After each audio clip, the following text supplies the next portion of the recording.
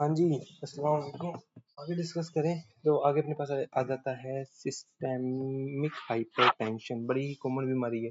अगर आप लोगों ने ओपीडी करनी है ना मेडिसिन की, तो एक हाइपरटेंशन और डायबिटीज मेलिटस, ये दो बीमारियां निकाल लो, ऑलमोस्ट 50% पेशेंट तो आपका वैसे ही निकल जाते हैं इन दो बीमारियों को अगर अच्छे से डील करना आते हैं। सिस्टेमिक हाइपरटेंशन, सिस्टेमिक हाइपरटेंशन कहते हैं जब एक बंदे का ब्लड प्रेशर नॉर्मल से ज़्यादा हो, जो भी उसने वैल्यू लिख दी है इधर, उसको हम बाद में मज़ीद डिस्कस करते हैं थोड़ा, और दो सेपरेट ओकेजन्स पे ज़्यादा हो। ये बात पहले याद करें। देखो, एक बंदा है, आपके घर में किसी बंदे का अचानक से एक ही दिन हाइपरटेंशन की ज़्यादा आ गई, उनका बीपी एक खास रेंज से ज़्यादा आ गया, भला सिस्टोलिक भला डायस्टोलिक, तो आप उनको हाइपरटेंशन डायग्नोज नहीं कर दोगे। आप ये गलती करोगे अगर आप उन्हें हाइपरटेंसिव कहते होगे। आप फिर किसी और ओकेजन पे, डिफरेंट सेटिंग में, किसी और ओकेजन में, लाइक आपके पास क्लिनिक पे एक बंदा आता है, आज उसका बीपी ज़्यादा है, मे बी वो स्ट्रेस्ड हो, मे बी कोई और वजह हो, मे बी भाग के आया हो, कोई और चीज़ हो सकती है, कोई ड्रग ले ली है, ठीक है, तो इससे नहीं। अगर फिर हफ्ते बाद, 2 दिन बाद वापिस आता है, दोबारा आप उनको चेक करते हो, दोबारा ही बीपी ज़्यादा है, अब आपको 2 दिन चाहिए कम से कम डिफरेंट ओकेजन्स पे, और उसमें बीपी ज़्यादा हो। अब क्या मुराद है ज़्यादा हो? उसकी वैल्यूज़ है, ये याद कर लो, ये बड़े फायदेमंद चीज़ है। कैसे? देखो भाईजान, एक है कि पहले हम इसके ग्रेड्स हैं हाइपरटेंशन के, इसे डिस्कस करते हैं। भला सिस्टोलिक बीपी ज़्यादा हो, भला डायस्टोलिक बीपी ज़्यादा हो, हम उसे हाइपरटेंसिव ही कहते हैं। मोस्टली सिस्टोलिक ज़्यादा आते हैं। पहले जो है नॉर्मल, नॉर्मल ये है कि भाईजान 120 से कम, 120 से कम, मैं 120 नहीं कह रहा, 80 से कम, ये नॉर्मल है। अच्छा, फिर एक है हाई नॉर्मल, मतलब ये हाइपरटेंशन नहीं है, लेकिन ये हाई है, और ये भी नॉर्मल रेंज में ही है।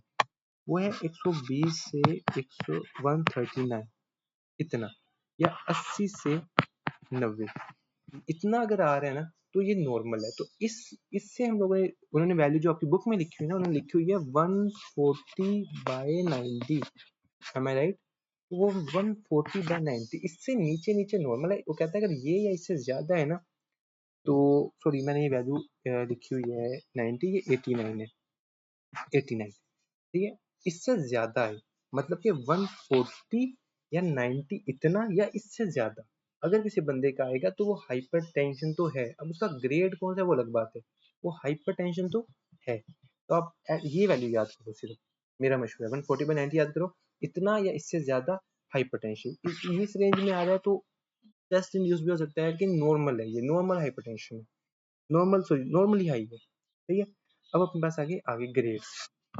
अच्छा, 3 ग्रेड हाइपरटेंशन के, ग्रेड 1, ग्रेड 2 और ग्रेड 3, सही है।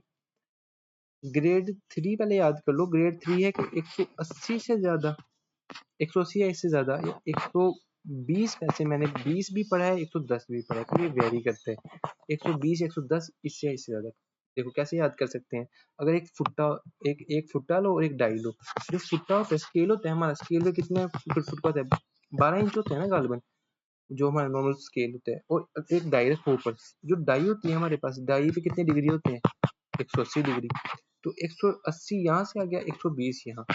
डायस्टोलिक सिस्टोलिक 180 से ज्यादा, डायस्टोलिक 120 से ज्यादा। अगर ये चीज, ये रेंज आ रही है ना, तो ये है ग्रेड 3 हाइपरटेंशन, और ये बहुत सवेर है। इसमें आप कह लो कि हेमरेज होने का या फिर इस तरह का ना बड़े खतरे होते हैं। तो ये तो एक इमरजेंसी है। ऐसे में तो आपने ना फौरन आईवी ड्रग्स दे दो कि जल्दी जल्दी मैनेज करना होता है, और बड़ा लाइक बनी तो बड़े मसले बन सकते हैं। अच्छा, अब दूसरे हमारे दो रह गए, ग्रेड 1 एंड ग्रेड 2। अब ये बड़ा सिंपल है, क्या मतलब, 140 से 159, ठीक है, 19 ऐड की है मैंने, 159, और 90 से 99, इसी तरह 100 से 109, और ये आ गया 160 से 179। कुछ भी नहीं, इजी है, बिल्कुल इजी है। आप इस टेबल को 2 दफा ड्रा करो, फिर याद करो, तो याद रह जाएगा। और मैं अभी भी, मैंने जब किसको ग्रेड डिसाइड करना हो, तो मैं ड्रा ही करता हूँ टेबल को, तो इसको ड्रा करके याद रहता है, क्योंकि इजी है। 130 और 89 तक नॉर्मल, यहाँ से टेबल ड्रा करना शुरू कर देना है आपको। 140 से 159 और 90 से 99, सही है, अगर डायस्टोलिक ज्यादा हो। 60 से 179 और 100 से 108, मतलब 100 से, इसमें 10 10 का ऐड कर रहे हैं, इसमें 20-20 ऑलमोस्ट ऐड करें, तो इस तरह आप याद कर सकते हो। बस ये सिंपल सी स्टोरी है। और भी आपको बाज़ जगहों पे ना और भी आपको क्लासिफिकेशन मिलेगी, और भी वो कैटेगरीज देते हैं, लेकिन वो ये ज़्यादा जो ये वाली हमने ग्रुपिंग की है ज़्यादा अच्छी है, ज़्यादा चलती है, तो आपने यही याद करनी है जो मैंने पढ़ाई है। इसमें हम देख लेते हैं कि वही वाली है, हमारे वाली है। ठीक है, तो ये सही है, इसमें 110 है, 110 से ज़्यादा। अच्छा, अब एटियोलॉजी क्या होती है, काज क्या होता है भाई, सबसे जो है ना काज इंपॉर्टेंट वो है इडियोपैथिक। 95% पेशेंट्स में को पता ही नहीं होता कि काज क्या है, उसे कहते हैं प्राइमरी हाइपरटेंशन या एसेंशियल हाइपरटेंशन। ठीक है, क्या कहते हैं, एसेंशियल हाइपरटेंशन। और इसमें आपको काज का पता नहीं होता। और दूसरी होती है सेकेंडरी हाइपरटेंशन, जिसमें कोई नीचे अंडरलाइन काज होता है, मल्टीपल काजेस हो सकते हैं, किडनीज का इशू है या हाइपरटेंशन, मल्टीपल काजेस। ठीक है, तो अगर कुछ सेकेंडरी काज की वजह से हाइपरटेंशन है, तो वो है अपने पास सेकेंडरी हाइपरटेंशन, जो कि बहुत रेयर है। अब आपने, हम लोग बच्चे पता है क्या गलती करते हैं, हम लोग इस 95% को छोड़ के इस 5% के पीछे पड़ जाते हैं। तो आप मे भी अपनी लाइफ में कोई पेशेंट देखो ही नहीं सेकेंडरी हाइपरटेंशन का, सही है ना, तो आपने इतना ही सवाल से परेशान होना। लेकिन इसमें ये जरा जहन बना के रखना है, प्राइमरी हाइपरटेंशन का पेशेंट पता है कैसे होगा, थोड़ी एज ज्यादा हो चुकी होगी। मोस्टली मेल भी हो सकता है, फीमेल भी हो सकता है, इतना मसला नहीं, लेकिन एज ज्यादा होगी, 40s में जा रहा होगा, अपने 50s में जा रहा होगा। और ओबेसिटी वगैरह भी मिल सकती है, चिकनाई वगैरह खाते होंगे, और फैमिली हिस्ट्री मिल सकती है, तो ये कुछ चीजें आपको करवाएंगी। लेकिन एक बच्चा आ गया मेरे पास 15 साल का, उसको हाइपरटेंशन है, अब मैं इसको सेंशियल सोचूंगा, भला फैमिली हिस्ट्री हो जितनी भी हो, नहीं, मोटा भी नहीं है, पतला है, एक्टिव बच्चा है, भागता फिरता है, उसको हाइपरटेंशन है, ये अब सोचने वाली बात है, सेकेंडरी हाइपरटेंशन। सही है ना, तो ये इस तरह आपने कोई केस देख के सोचना है।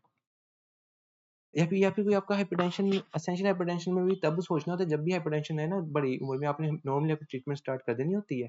और अगर वो आखिरी स्टेज पे चलेगी और ट्रिपल थेरेपी दे चुके हो और अभी भी ठीक नहीं हो रहा, तो अब फिर आप सोचो कि सेकेंडरी काजेस ढूंढो। सही है, ये तरीका सिंपल सा तरीका है। और ये उसने कुछ लिख दिया, या जादू नहीं रहते ऐसे ही बस, क्या एसेंशियल हाइपरटेंशन क्या क्या होते हैं, जो उसके प्रेसिपिटेटिंग फैक्टर्स क्या है वो आप खुद अंदाजा लगा सकते हो। सिगरेट, ज़्यादा साल्ट, अल्कोहल, एक्सरसाइज ना करना, मोटापा, और बाकी सारी चीज़ें। पॉलीसाइथीमिया, पॉलीसाइथीमिया मतलब आरबीसी मास का ज़्यादा होना। एनसेड्स भी करते हैं, ठीक है, मेरे लिए में नहीं है ये वाली बात। 5 mmHg लिखा हुआ है, ठीक है। कैल्शियम इनटेक कम है। सिंथेटिक ओवर एक्टिविटी, वही भाग के आओगे तो बीपी उस टाइम ज़्यादा होगा। इंसुलिन रेजिस्टेंस भी करवाती होगी हमें क्या। पैथोजेनेसिस क्या है, अननोन है, बस ये पैथोजेनेसिस है। चलो, सेकेंडरी हाइपरटेंशन मतलब मुझे अगर अननोन है तो ये क्या लिख दिया इतना ज़्यादा। तो चलो, सेकेंडरी हाइपरटेंशन, फिर उसके बाद अपने पास आ गई causes of secondary hypertension. Renal disease, endocrine disease. अच्छा, वैसे मैं एक बात बताऊँ, मैं ये जो ऐसी कहता हूँ कि ये क्या लिख देते हैं ज़्यादा, ये सारी बातें होती हैं, मैं जस्ट आप लोगों का इंटरेस्ट बना रहे, आप लोगों को चीज़ें ज़्यादा मुश्किल ना लगे, उससे वाली बातें करते हैं। अच्छा, क्या है काजेज आगे, रीनल, अभी सेकेंडरी क्या है, रीनल है, एंडोक्राइन है, और कुछ ड्रग्स हैं, ठीक है, alcohol, coarctation of aorta, pregnancy, ये हैं। इनको हल करके डिस्कस करें तो रीनल डिजीज में आ गया renal vascular disease.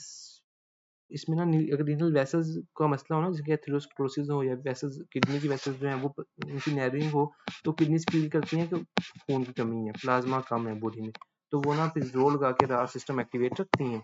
As a result वो फिर सोडियम वाटर इंटरेक्शन होती है और बीपी ज़्यादा रहते हैं। एक है पॉलीसिस्टिक किडनी डिजीज, इसमें ना किडनी में बहुत ज़्यादा सिस्ट बन जाती हैं, थैलियाँ सी बन जाती हैं, और इसमें क्रोनिकली बीपी ज़्यादा रहते हैं। एंडोक्राइन डिजीजेस, एंडोक्राइन, फ्यूक्रोमोसाइटोमा, यार ये चीज़ें ना अगर आपको नहीं पता इन टर्म्स का, तो ये जब एंडो पढ़ेंगे तब समझ आएगी, अभी के लिए बस इनको रीड करके या तो स्किप कर दो। ठीक है, ड्रग्स में से एक ड्रग याद कर लो, स्टीरॉइड्स, एस्ट्रोजन, या फिर OCPs, oral contraceptive pills.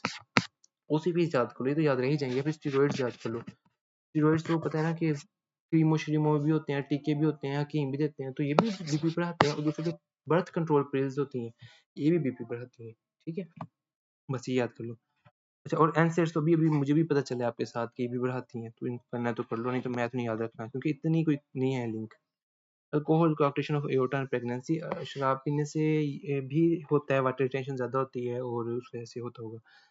Renal vascular disease, वही मैंने जो आपको बताया कि अगर किसी वजह से रीनल की वैसे की स्टेनोसिस है ना, एक स्टेनोसिस भी हो सकती है, और एक बीमारी होती है फाइब्रोमस्कुलर डिस्प्लेजिया, ये ऑलमोस्ट तकरीबन आई गेस 30-40s की जो उम्र में औरतें होती हैं ना, उनमें इनकी ना ये वेसल की मसल की थिकनिंग हुई होती है, तो एक तरह से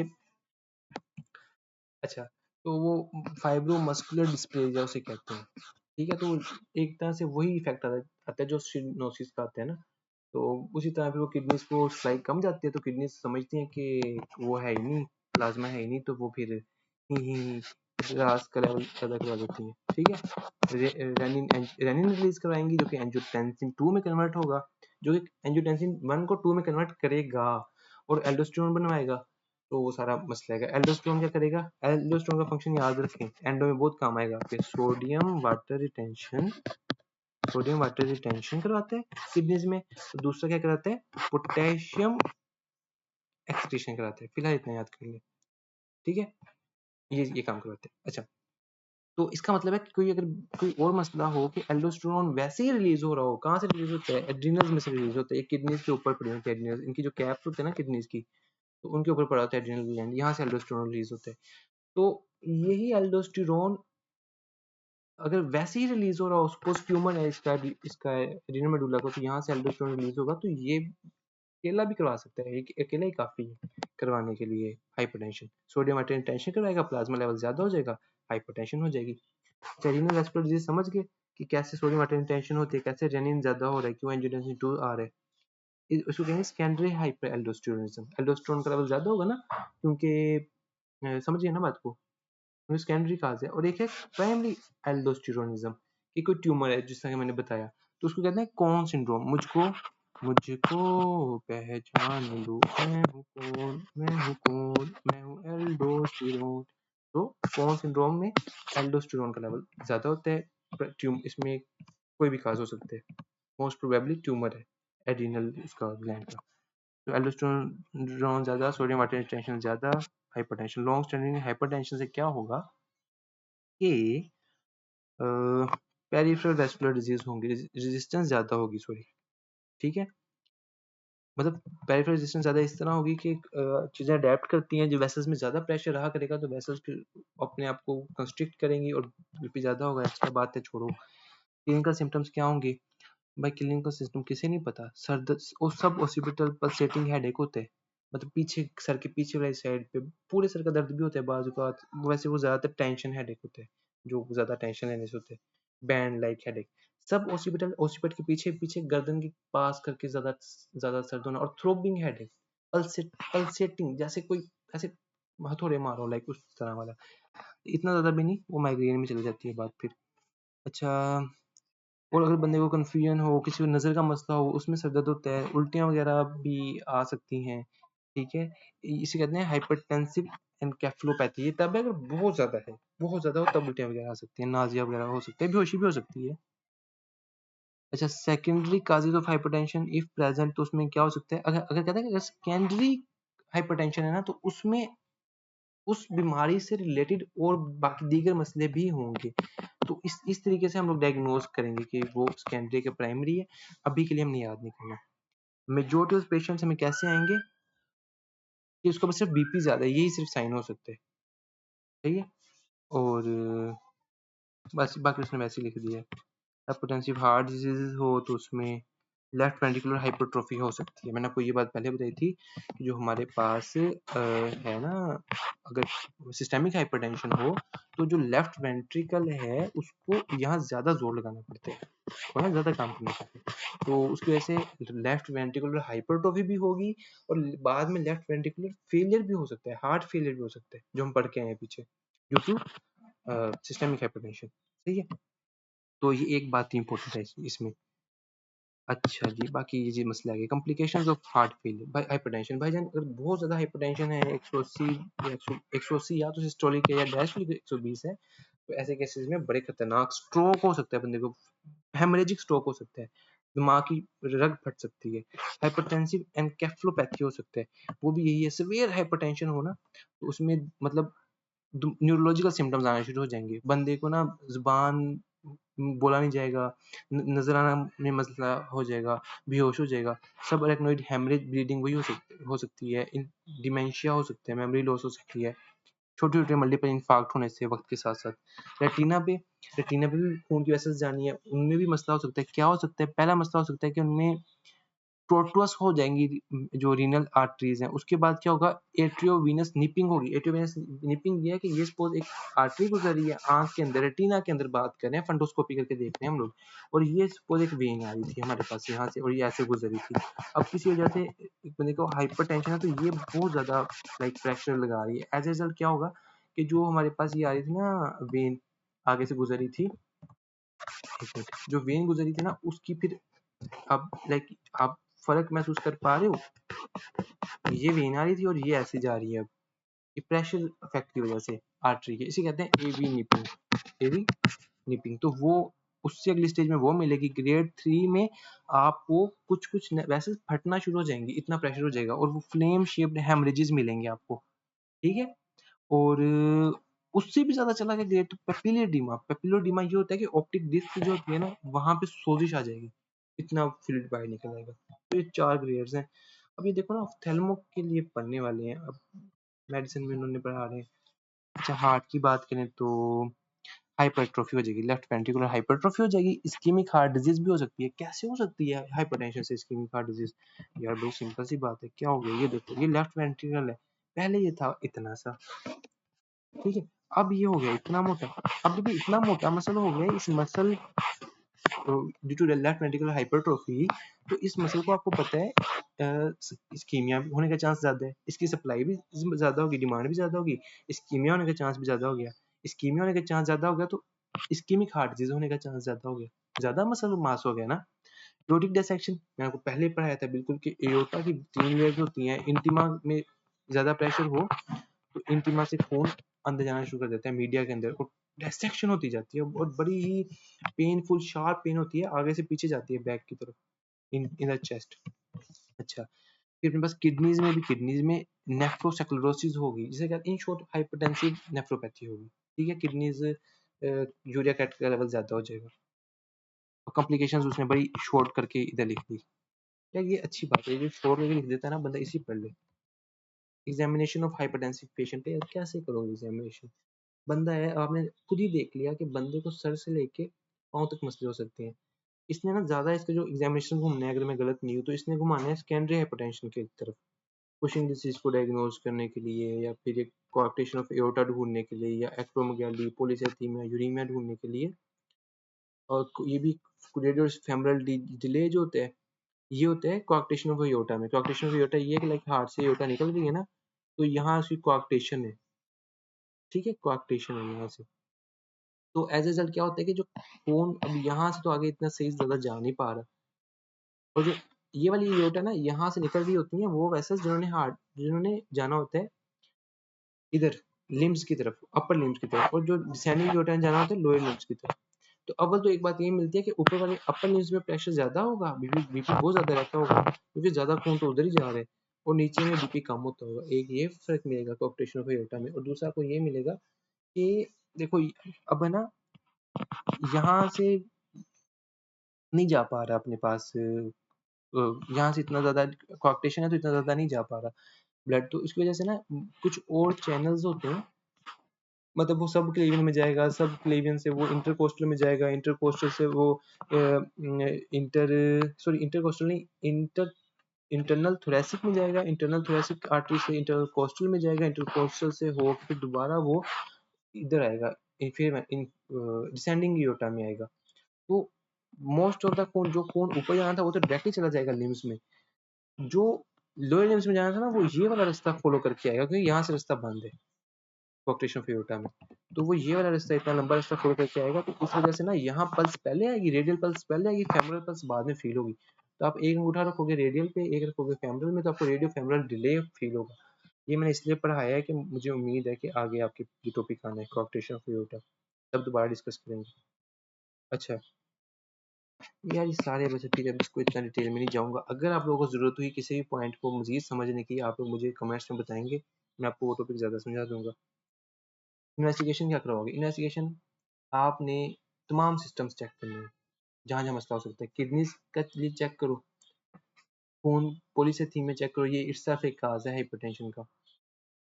किडनीज को चेक करो, सीरम पोटेशियम हाइपर एल्डोस्टेरोन, कौन सिंड्रोम आपको पता है ना, पोटेशियम बाहर फेंकता है, सोडियम वाटर टेंशन करवाता है तो उसमें कम होगा, उसके लिए चेक करो। फास्टिंग ब्लड शुगर, डायबिटीज एक रिस्क फैक्टर है other than hypertension, heart failure के लिए या हार्ट एमआई के लिए, या फिर तो आप उसको भी देख रहे हो कि क्या इसको साथ में डायबिटीज तो नहीं चल रही, लेकिन हाइपरटेंशन के साथ कोई ताल्लुक नहीं है डायबिटीज का।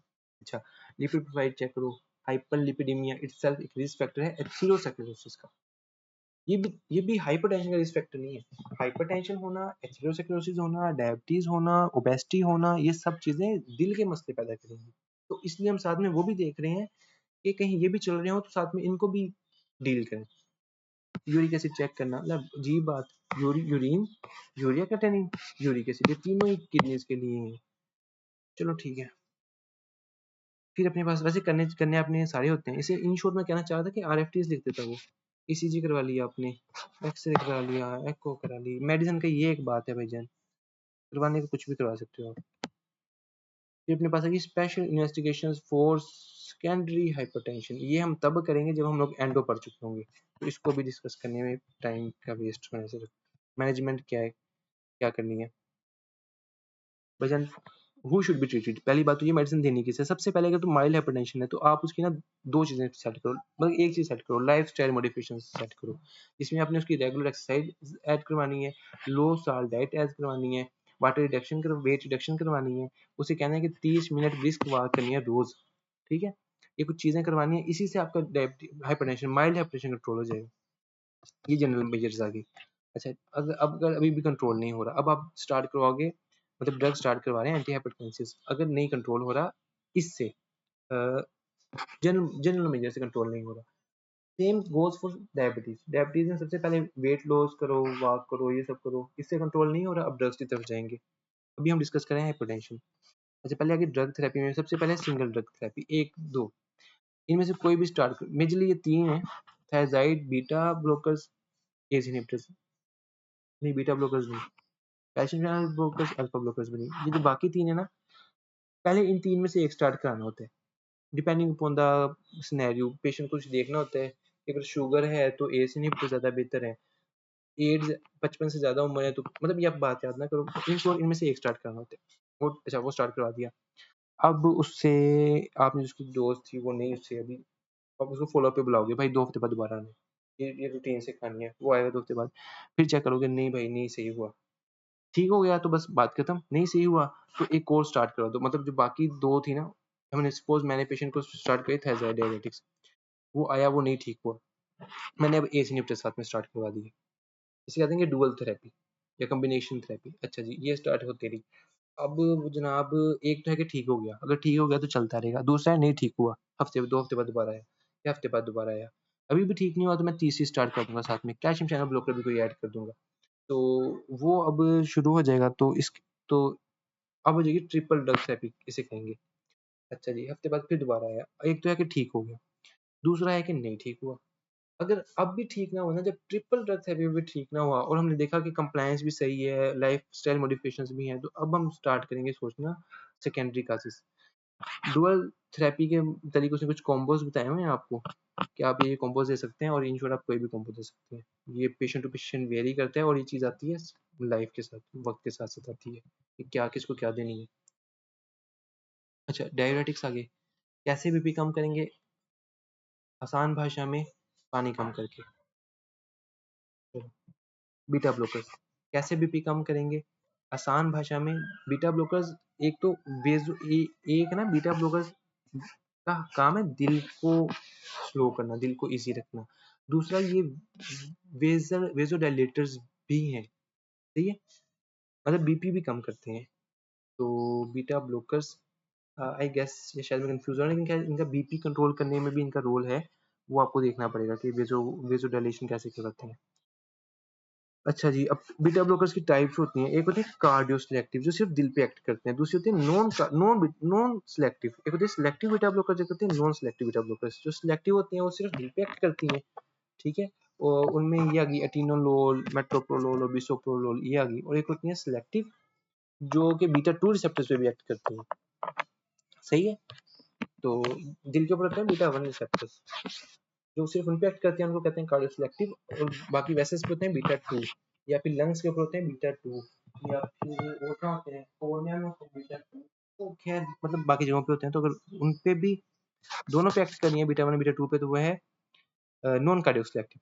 और अगर किसी बंदे को है ब्रोंकोस्पाज्म मतलब फेफड़ों का मसला भी है, उसको दमा-शमा भी है, तो उसमें आप बीटा उसमें तो आप बल्कि नहीं दे सकते बीटा ब्लॉकर्स। बीटा ब्लॉकर्स ना कंस्ट्रिक्ट करवाएँगे फेफड़ों को, ठीक है? उसमें अवॉइड करने होते हैं, ब्रोंकोस्पाज्म काज़ करवाएँगे। कैसे कैसे याद करें ब्रोंकोस्पाज्म? या देखो ना नहीं यार ये एक्स्ट्रा बात है, फार्मा में पढ़ेंगे, छोड़ो, बस ये ड्रग्स आ गई। फ़ायदे क्या है बीटा ब्लॉकर्स के? आपने देख लेने हैं।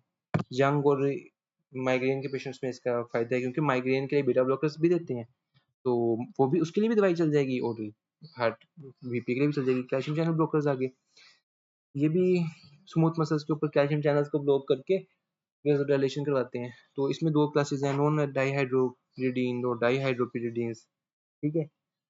अ, नॉन डाइहाइड्रोपिरिडीन्स वो हैं जो कि दिल पे भी असर करती हैं, और मतलब हार्ट पे भी असर करती हैं, और उस पे भी असर करती हैं, और डाइहाइड्रोपिरिडीन्स वो हैं जो कि वेसोडाइलेशन मोस्टली करवाती हैं और हार्ट पे इतना असर नहीं करती। कैल्शियम चैनल्स ब्लॉकर देने के फ़ायदे ये हैं कि जो ओल्ड एज जब जो ब्लैक पीपल होते हैं ना, उनमें इनका बड़ा अच्छा इफ़ेक्ट आता है। साइड इफ़ेक्ट्स ये हैं कि ये करवाते हैं। अगर आपने फार्मा करनी है ना, अगर फार्मा मुझे नहीं आइडिया, अगर आप बच्चों ने फार्मा करनी हुई ना, तो मैं आपको स्केची रिकमेंड करूँगा। ये सारी बातें नहीं याद रहती, ये स्केची से याद होंगी। अगर आपने सिर्फ़ इनके नाम याद करने हैं, तो सिर्फ़ नाम पढ़ लेना। अगर आपने याद करनी है, तो मुझे लाज़मी कमेंट्स में बताना, मैं आपको स्केची के बारे में बताऊँगा। ये ड्रग्स आ गई। मैंने भी स्केची सीखी हुई हैं, इसलिए मुझे इतनी बातें याद हैं, नहीं तो कहाँ साइड इफ़ेक्ट याद रहते हैं। एस इन्हिबिटर्स आ गए, मैकेनिज़्म ऑफ एक्शन क्या है, एंजियोटेंसिन 1 को 2 में कन्वर्ट नहीं होने देते। साइड इफ़ेक्ट्स क्या है, क्रोनिक कफ एक आपको बताया था, बस वही क्रोनिक ड्राई कफ वही याद रख लो। ये डोजेस यार, एंजियोटेंसिन 2 रिसेप्टर ब्लॉकर्स, ये एंजियोटेंसिन 2 रिसेप्टर ब्लॉकर्स इन्हें कहते हैं आर्ब्स। आर्ब्स मतलब देखो, एक है कि आप एस इन्हिबिटर्स क्या कर रहे हैं, वो एंजियोटेंसिन 2 बनने नहीं दे रहे, और आर्ब्स क्या कर रहे हैं, वो एंजियोटेंसिन 2 के रिसेप्टर्स को ब्लॉक कर रहे हैं। एंजियोटेंसिन 2 बन रहा है लेकिन असर नहीं कर पा रहा। तो अगर आप एस इन्हिबिटर्स नहीं दे पा रहे ना आप किसी बंदे को समहाउ, उसे ड्राई कफ स्टार्ट हो गया, तो उन्हें आप आर्ब्स पे शिफ्ट कर सकते हो। सेम इफेक्ट है, सेम फायदा है, लेकिन ड्राई कफ नहीं करवाते। तो एक तरीका ये भी होता है कि आप स्टार्ट में आर्ब्स दे दो, बजाय इसके कि वो आपके पास पहले वो कफ के साथ आए। बेहतर है पहले आर्ब्स दे दो, शुरू आर्ब्स कर दो। अल्फा ब्लॉकर्स हैं, आपको पता है जो हमारी खून की नालियां होती हैं, उनके ऊपर क्या होते हैं, अल्फा रिसेप्टर्स होते हैं, ठीक है? अल्फा 1 तो इनकी कंस्ट्रिक्शन से वेसल्स कंस्ट्रिक्ट करती हैं। अल्फा ब्लॉकर्स दोगे तो वेसल्स डायलेट कर जाएंगी। यार ये बस हाइपरटेंसिव क्राइसिस, अब जाके काम की बात है ये, इतनी देर बाद। हाइपरटेंसिव क्राइसिस ये होता है कि जब बीपी बहुत ज्यादा शूट कर जाए ना, उसे कहते हैं हाइपरटेंसिव क्राइसिस। अच्छा, इसमें लिखा है कि यूजुअली मतलब वही जो मैंने बताया था, 180 से ऊपर सिस्टोलिक चला जाए या 120 से ऊपर डायस्टोलिक चला जाए। यहाँ पता नहीं क्या बातें लिखी हुई है इन्होंने। खैर असल बात ये है। अब इसमें है ना 2 टर्म्स होते हैं, एक होती है हाइपरटेंसिव अर्जेंसी, एक होती है हाइपरटेंसिव इमरजेंसी। अर्जेंसी ये होती है कि बीपी ज़्यादा है, लेकिन कोई भी ना सिस्टम इफेक्ट नहीं हुआ अभी तक, ना ब्रेन, ना आँखें, ना गुर्दे, ना कुछ और। हाइपरटेंसिव इमरजेंसी ये है कि बीपी भी ज़्यादा है, और मतलब हाइपरटेंसिव अर्जेंसी भी है, साथ में कोई ऑर्गन फेलियर भी है। तो उसमें ये होता है कि आपने देखना होता है कि उसके लिए आपको टेस्ट कराने पड़ते हैं। मतलब हमें नहीं पता होता, हमारे पास बस पेशेंट आया, उसका सिस्टोलिक 180 है, मैंने कह दिया कि भाईजान ये है हाइपरटेंसिव क्राइसिस। अब मैंने देखना है कि अर्जेंसी है कि इमरजेंसी। तो उसके लिए ना मैं उनके टेस्ट कराऊंगा, उसके पहले ब्रेन का जीसीएस चेक करूंगा, वो अगर ठीक हुआ तो बस ठीक है। किडनीज के लिए मैं यूरिन टेस्ट करा लूंगा, आरएफटीज करवा लूंगा, हार्ट के लिए मैं ईसीजी करवा लूंगा, लंग्स को सल्टेट वगैरह कर लूंगा, रेटिना के लिए मैं वो फंडोस्कोपी करवा लूंगा। मैंने ये सब कुछ करवा लिया, और ये चीजें इनमें किसी में मसला नहीं है, तो ये हाइपरटेंसिव अर्जेंसी थी। और अगर ये चीजें नहीं मसला है किसी में भी, तो इसे कहते हैं हाइपरटेंसिव इमरजेंसी। और आपको एक मजे की बात बताऊं, हाइपरटेंसिव अर्जेंसी ये पुरानी टर्म है, अभी यूज नहीं होती। अब इसकी नई टर्म क्या है, वो आपने मुझे कमेंट्स में बतानी है, अगर दिल करे तो। अच्छा, मिलिग्नेंट हाइपरटेंशन क्या होता है? मिलिग्नेंट हाइपरटेंशन यही होता है कि वो हाइपरटेंशन जो कि बॉडी की वेसल्स को इफेक्ट कर रहा हो और बॉडी के डिफरेंट ऑर्गन्स को इफेक्ट कर रहा हो, उसे मिलिग्नेंट हाइपरटेंशन कहेंगे। जिसमें मतलब ये जरूरी नहीं है कि मतलब 140 से ज्यादा किसी का डायस्टोलिक रहता हो, तो उसमें आप देखो ना, वेसल्स कमजोर होंगी वक्त के साथ साथ, दिमाग की भी, दिल की भी, किडनी की भी, तो सारी चीजें मसले में जाएंगी ना। एंटेरोपैथी होगी, रीनल पैथी होगी, रेटिनोपैथी होगी। तो इसको कहेंगे मैलिग्नेंट हाइपरटेंशन। जिस तरह हम कैंसर मैलिग्नेंट फैलते हैं ना डिफरेंट ऑर्गन्स में, इसी तरह हाइपरटेंशन की वजह से मुख्तलिफ ऑर्गन्स में बीमारी फैल रही है, तो इसलिए इसे कहते हैं मैलिग्नेंट हाइपरटेंशन। ठीक है, और इसमें बस फिर ये इतना याद रखना काफी है। फिर आ गया मैनेजमेंट आ गई। तो मैनेजमेंट ये है कि पार एंट्रल एंट्रल होता है कि एंट्रल कहते हैं एंटेरोपैथी, एंट्रल कहते हैं कि जो गट इन्वॉल्व करी हो, पार एंट्रल के away from enteral, like IV ली, आईवी आप दे रहे हो कोई ड्रग, तो अगर तो हाइपरटेंसिव इमरजेंसीज है ना, तो उसमें आपने आईवी ही देनी होती है, आपने गोलियां गोलियां नहीं खिलानी होती, आपने आईवी देनी होती है। उसमें आप देखते हो कि पहले आप क्या क्या दे सकते हो, उसमें कुछ ड्रग्स के नाम याद कर लेने आपने। सोडियम नाइट्रोक्साइड नाइट्रेट है, जिस तरह ये भी मतलब नाइट्रेट टाइप है, नाइट्राइड लिखा हुआ है, नाइट्रोक्साइड नहीं बल्कि सॉरी ये और चीज है। नाइट्रोग्लाइसरीन ये नाइट्रेट है जो हम लोग जुबान के नीचे रख रहे थे ना, वो आपने आईवी फॉर्म में देनी है। हाइड्राजीन है आईवी, ये दे सकते हो। आईवी बीटा ब्लॉकर, लेबेटोलोल एक बीटा ब्लॉकर है, मतलब वही दवाइयां बस आईवी फॉर्म में दे रहे हैं। आईवी डाययूरेटिक्स दे सकते हो, नाइफ डिपीन दे सकते हो, तो ये सारे दे सकते हो। रिफ्रैक्टरी हाइपरटेंशन क्या है? वही है कि जो दवाइयों से भी ठीक ना हो रहा हो, वो रिफ्रैक्टिव हाइपरटेंशन है बस।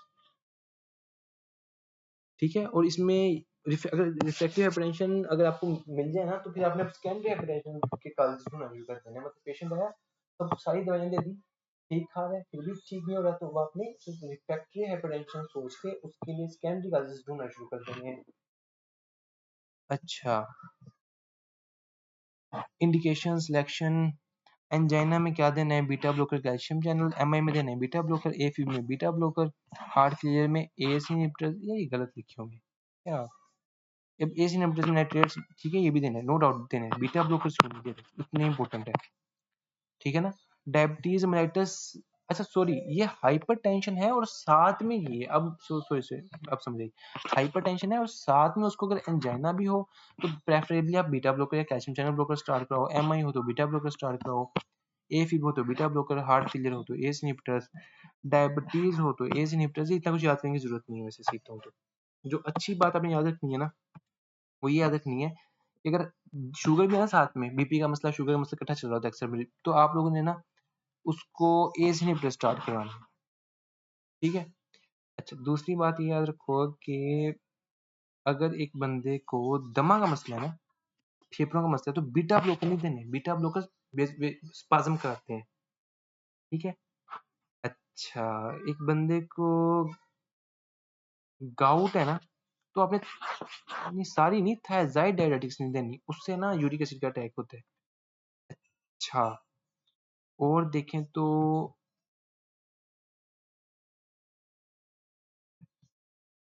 प्रेगनेंसी है ना, तो उसमें एस इनहिबिटर्स नहीं देने, एस इनहिबिटर्स टेट्रोजेनिक है।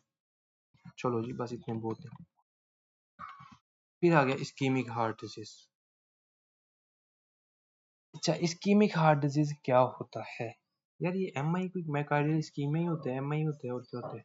तो उसकी कैसे होगा? जब blood flow, coronary blood flow कम हो जाएगा किसी मैकेनिकल ऑब्स्ट्रक्शन, मतलब एथिरोमा की वजह से। तो एथिरोमा, थ्रोम्बस भी हो सकते हैं, एम्बोलस भी हो सकते हैं, और बाकी ऐसी वेले वेले से काजेज हैं कुछ।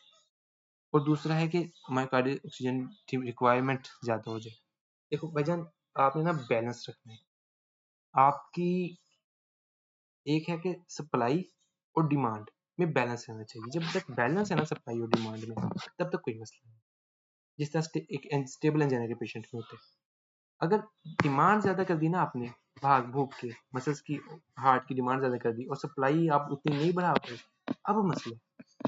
या तो आपने डिमांड बढ़ाई और आपने सप्लाई भी बढ़ा दी तो ठीक है, सही है। तो ये असल चीज होती है, असल चीज ये होती है इसमें अटैक में। तो इसलिए ना हमने एमआई पेशेंट को हम लोग मॉर्फिन इसलिए देते हैं, मॉर्फिन एमआई पेशेंट को भी इसलिए देते हैं हम लोग कि उसमें वो इसका इजी हो जाए, रिलैक्स हो जाए, कोई टेंशन वगैरह ना रहे। बंदे को अटैक हो तो बंदे को टेंशन होती है ना, हार्ट रेट ज्यादा होता है, तो उसको मॉर्फिन देते हैं ताकि इजी हो जाए, डिमांड ज्यादा ना हो। सप्लाई तो जब भी हम हॉस्पिटल पहुंच के ड्रग्स दे के सप्लाई बहाल करेंगे, लेकिन अभी डिमांड भी ज्यादा ना हो। डिमांड ज्यादा होगी तो सेल्स जल्दी मरेंगे, सही है। तो यही चीज़ें मैं आपको पढ़ा चुका हूँ, पढ़ोगे तो समझ आ जाएगी। इनमें से बस एथिरोमा देख लेना, थ्रोम्बस एम्बोलस देख लेना, इसमें से ये देख लेना सारे। Decrease flow of oxygen blood to myocardium, cardiac syndrome X, पता नहीं क्या होता है, वल्लाह आलम। अच्छा जी, अब आ गई असल एथेरोस्क्लेरोसिस। एथेरोस्क्लेरोसिस होता है कि अपनी प्लेक इकट्ठा हो जाना कहीं वेसल के अंदर ना, जो हम अभी तक डिस्कस करते आ रहे हैं, उसे कहते हैं एथेरोस्क्लेरोसिस। और ये मोस्ट कॉमन काज है एमआई का, एंजाइना का मोस्ट कॉमन काज है। इसमें एक पहले प्लेक बनते हैं, ठीक है, और जो कि वेसल्स की नैरोइंग कर देता है। एग्जैक्ट काज नहीं पता, और अगर 50% तक रिडक्शन हो जाए ना ल्यूमन की, 50% तक रिडक्शन हो जाए, तो अब उसके सिम्टम्स नजर आना शुरू हो जाते हैं, सही है। और अगर 70% तक पता नहीं क्या लिखा है, बस देख लेना आप इसको। तो ये कुछ बातें लिखी हुई हैं जनरल जनरल से। अब इसके रिस्क फैक्टर्स क्या हैं, क्या रिस्क फैक्टर है इसके? एज, ओल्ड एज में ज़्यादा एथेरोस्क्लेरोसिस का चांस होता है। मेल सेक्स, मेल में टेस्टोस्टेरोन होता है, टेस्टोस्टेरोन इसको ना हमें मेल्स को ज़्यादा एथेरोमा बनाने का चांस काज कराते हैं, जबकि जो फीमेल्स में एस्ट्रोजन होती है वो उनको बचाती हैं, फीमेल में एस्ट्रोजन बचाती हैं बनने से। लेकिन जब मेनोपॉज हो जाते हैं ना, फीमेल में एस्ट्रोजन भी नहीं बनता, तो फिर फीमेल भी मेल की तरह की बन जाती है। मतलब यूं कह लो पोस्ट मेनोपॉजल जो औरतें हैं ना, वो भी मर्दों की तरह की होती हैं। फैमिली हिस्ट्री होना एक बहुत इंपॉर्टेंट रिस्क फैक्टर है, ठीक है। मतलब मेल्स में 45 साल से पहले, अगर ये बात याद रखनी है, सिर्फ होना रिस्क फैक्टर नहीं है। 45 साल से पहले अगर मेल में हो, फर्स्ट डिग्री रिलेटिव में हो, तब आप इसको रिस्क फैक्टर काउंट करोगे। या 50 साल से पहले फीमेल में हो, तब आप इसको रिस्क फैक्टर काउंट करोगे। 55 साल में मेल को हो गया, ये रिस्क फैक्टर नहीं है उस बच्चे के लिए, उनके बच्चों के लिए।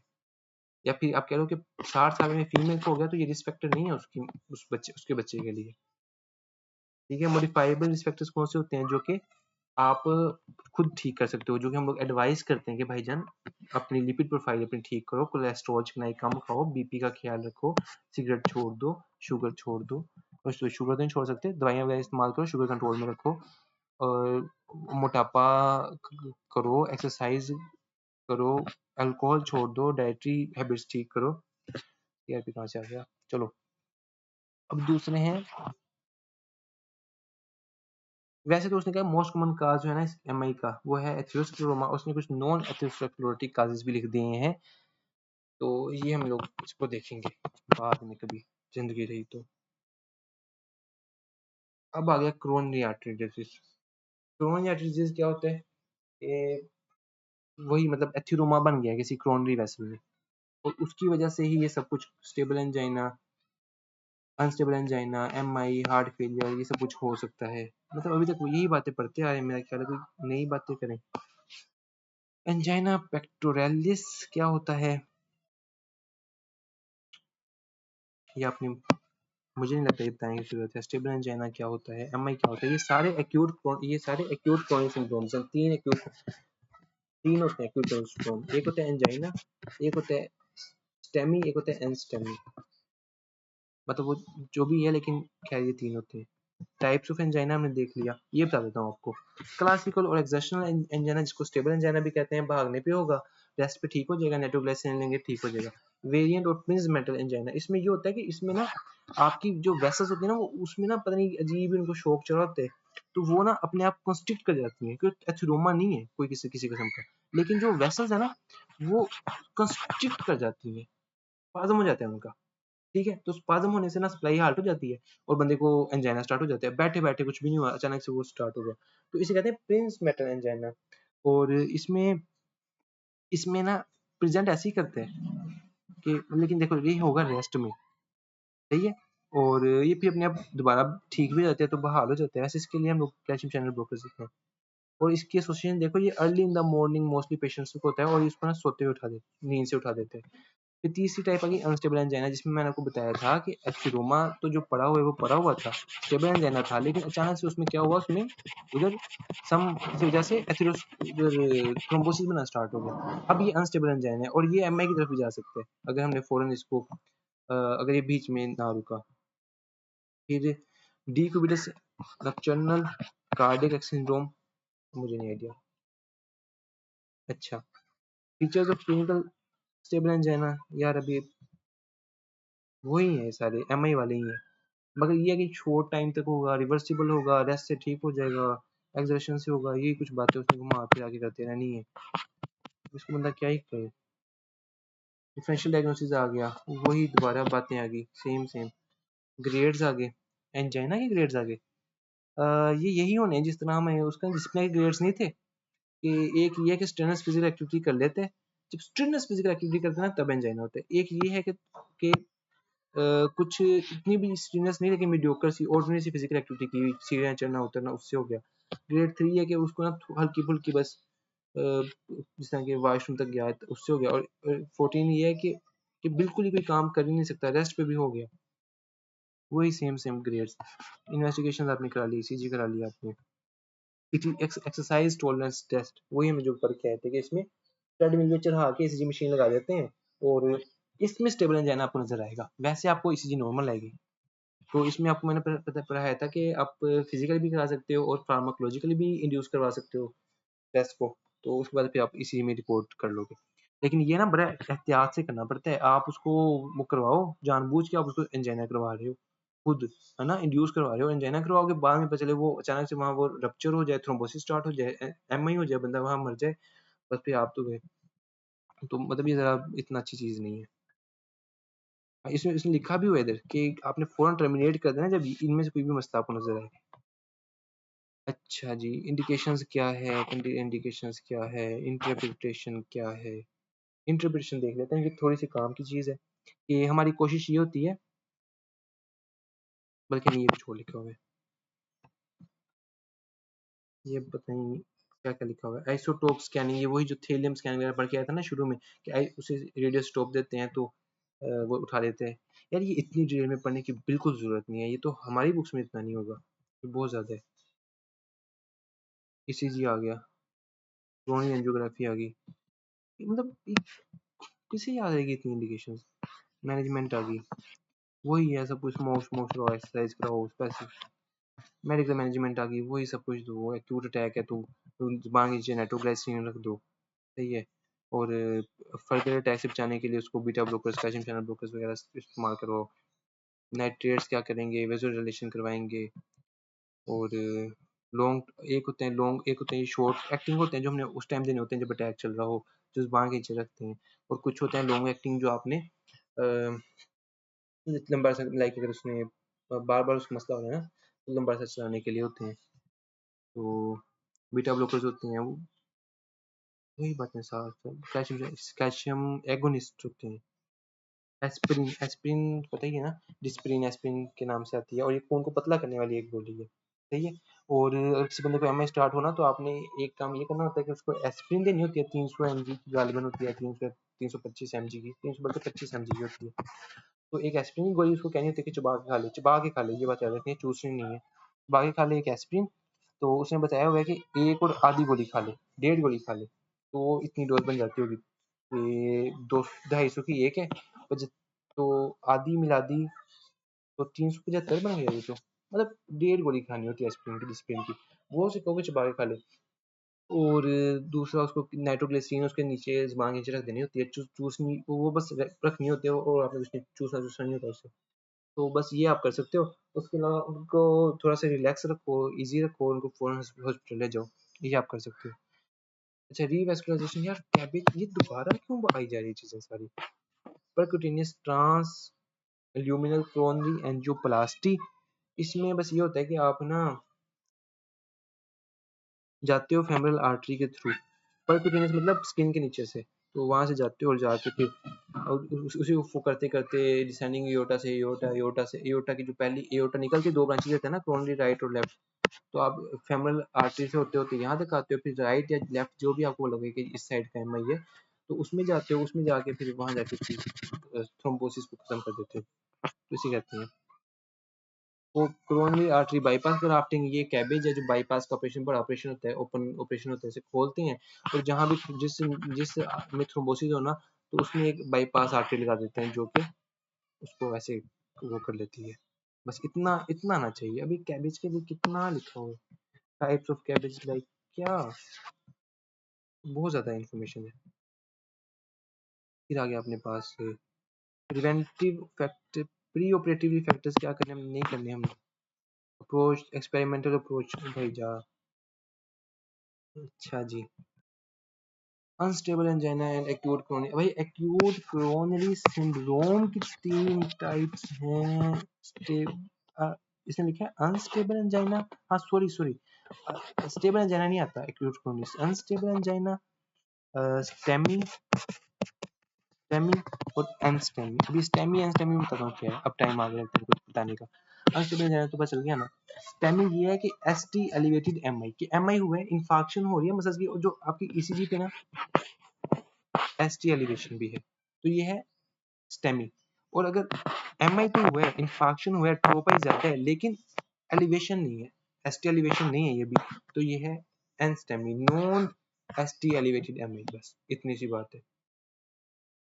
सही है।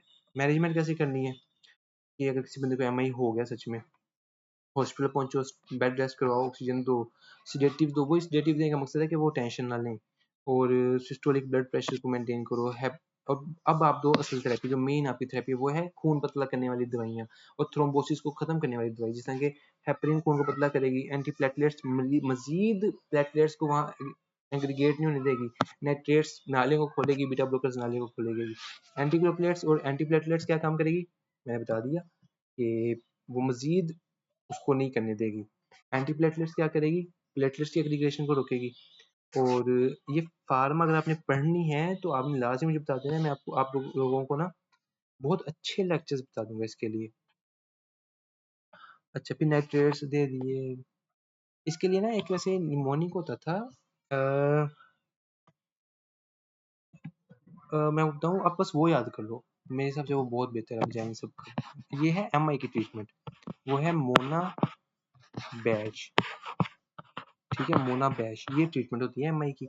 इसमें आपने क्या क्या देना होता है, morphine, oxygen, nitrates, aspirin, beta blockers, S inhibitors, statins, heparin, ये चीजें देनी होती है। तो यही उसने लिखी होंगी यहाँ, ठीक है ना। तो बस चलो, फिर हमारे पास आ गया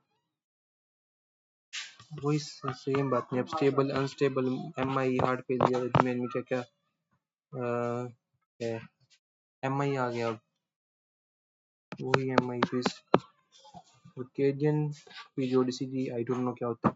सिम्टम्स आ गए, चेस्ट पेन होगा, एसोसिएटेड सिम्टम्स आ गए, पेनलेस और साइलेंट इन्फेक्शन। अच्छा, ये आपको एक बेसिक बात बताना चाहता हूँ कि बात किसी में ना, अगर कोई डायबिटिक पेशेंट हो, डायबिटिक न्यूरोपैथी हो, ओल्ड एज हो, बड़ी कोई बहुत ही ऐसे दादी माँ वगैरह इस तरह हो, और डायबिटिक न्यूरोपैथी हो ना, तो उनको ना दर्द महसूस नहीं होता। एक तो है ना कि पैरों में सुन हो जाते हैं, लेकिन बाद में डायबिटीज इतनी वर्ष हो जाती है कि छाती में भी महसूस नहीं होता दर्द। और वो एमआई ऐसा साइलेंट एमआई होता है, उन्हें सिर्फ उनको पसीना आ रहा होगा, सांस फूल रहा होगा, लेकिन दर्द कोई नहीं होगी, तो आपको नहीं पता चलेगा कि वो एमआई है। तो इसके लिए भी बड़ी हाई क्लिनिकल सस्पिशन रखोगे तो ही पता चलेगा। और सडन डेथ मोस्टली हो जाती है एमआई लोगों की, जो 20% लोग पहुंचने से पहले ही एक्सपायर कर जाते हैं रास्ते में। एग्जामिनेशन कर लोगे, कर ही लेंगे यार, मतलब ईसीजी आ गई। अब ये ईसीजी इतना कौन देखे ईसीजी को, ये ईसीजी कौन देखे, क्यूटी ये क्या क्या देखे इसका। कार्डियक एंजाइम्स को देख लेते हैं, मेजर मेजर कौन कौन से हैं। मैं बताता टॉप आई जो है वो मोस्ट इंपॉर्टेंट मोस्ट स्पेसिफिक है, कैटरिन सीके, ये भी निकलता है अपना हार्ट से, सीके एमबी है जो हार्ट में प्रेजेंट होते हैं, तो इसका लेवल ज्यादा होगा। और सीके एमबी का ये, इनमें बस ये 2 एंजाइम याद कर लो आप, एक और सीरम मायोग्लोबिन, ये 3 एंजाइम याद कर लो। तो मायोग्लोबिन है ना, ये सबसे पहले जो, ऐसे मायोग्लोबिन जैसे मसल्स में होती है ना, तो इधर भी होती है, कार्डियक भी मसल्स है ना, तो सबसे पहले जो राइज करता है ना विद इन आवर्स, पहले एक घंटे में पेशेंट आ गया, आप चेक करना चाह रहे हो, तो ये तो जाके 6 घंटे बाद राइज करेगा ट्रोपाई, और सीकेएम भी 6 घंटे के बाद जाके राइज करना स्टार्ट होगा। तो within first hour check करना ना, तो आप ये करवा सकते हो, लेकिन हम नहीं करवाते रूटीनली, पेशेंट को वैसे भी ज्यादा देर लग जाती है पहुंचते पहुंचते। अच्छा, मायोग्लोबिन हो गया। ट्रोपाई ये है कि मोस्टली जो आपने डायग्नोज करने के लिए करना होता है ना, वो यही करते हो ट्रोपाई। अब सीकेएमबी का क्या फायदा है, सीकेएमबी का फायदा ये है कि ये ना राइज होता है और 2-3 दिनों में वापस आ जाते हैं। अगर किसी बंदे को री इन्फेक्शन हो ना, तो सीकेएमबी दोबारा करवा सकते हैं। ट्रोपाई का ये मसला है कि ट्रोपाई ज्यादा होता है, लेकिन ये 7 दिनों तक ज्यादा ही रहते हैं। 1 मिनट, 7 दिनों तक ना ज्यादा ही रहते हैं, तो इस मतलब लाइक ज्यादा ही रहते हैं, ठीक है। तो अगर री इन्फेक्ट होगा ना बीच में दोबारा इन्फेक्शन होगा तो हमें पता नहीं चलेगा ट्रोपाई से।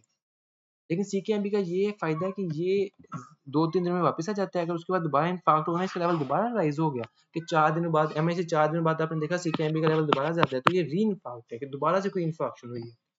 बस ये एक एक लफ्ज याद कर लो। More specific sensitive and specific troponin for re infection CKMB, first marker that rise is myoglobin. बस भाई ये नहीं करने को मिले।